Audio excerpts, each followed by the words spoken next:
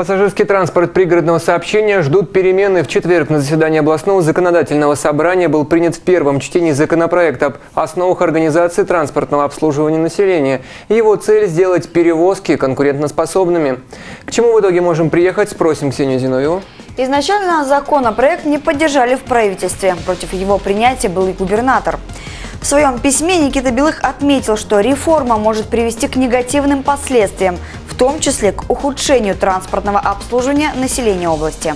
По мнению областных чиновников, законопроект содержит противоречия с федеральным законодательством и неоднозначные формулировки. С помощью закона депутаты намерены бороться с пиратами на маршрутах. На рынок пассажирских услуг в районы они намерены впустить частные компании. Мнения разделились. Сегодня Киров автотранс тащит вот эту всю махину, да, он ее и тащит. У него тут есть и социальные маршруты, есть и выгодные маршруты. Идет такое перекрестное финансирование. А как потом это все сейчас сломаем эту штуку? И так-то у нас там одни проблемы в районах области с транспортом, да, и то редко ходят, то вообще не ходят. Некоторые места недоступны, где-то дорогие, где-то нет. Никто точно ничего сказать не может, будут улучшения или не будут.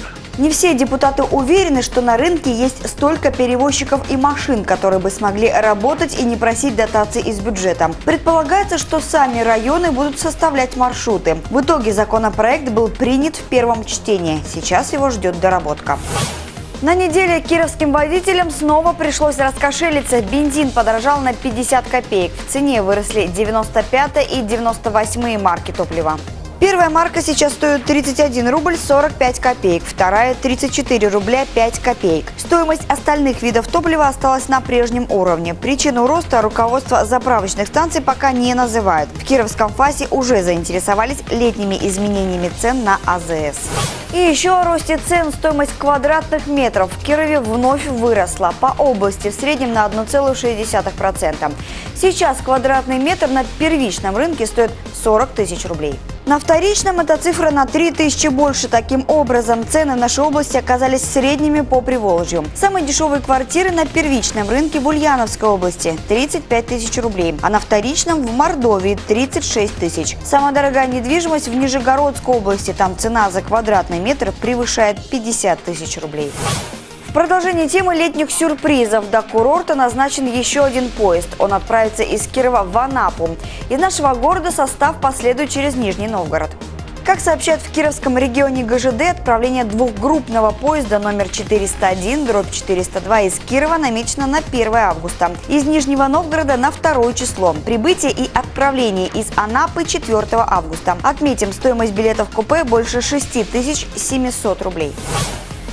Кировские школьники будут питаться по карточкам. На неделе стало известно, что в новом учебном году во всех средних образовательных учреждениях Кирова появятся терминалы питания. Ученики будут оплачивать обеды специальной карточкой, баланс которой будут пополнять родители. Таким образом можно отследить, сколько потратил ребенок. Глава города Владимир Быков считает, что так дети перестанут тратить деньги на сигареты или ненужные покупки. В школе номер 42 такой терминал уже опробовали. Родители отметили его полезность. В вакансиях запретили публиковать пол и возраст. На неделю вступили в силу поправки в закон о занятости населения. Теперь в объявлениях о приеме на работу нельзя указывать национальные, возрастные и половые признаки сотрудника. Министерство труда таким образом пытается искоренить дискриминацию по различным признакам. Спасибо. Обзор экономики подготовила Ксения Зиновьева.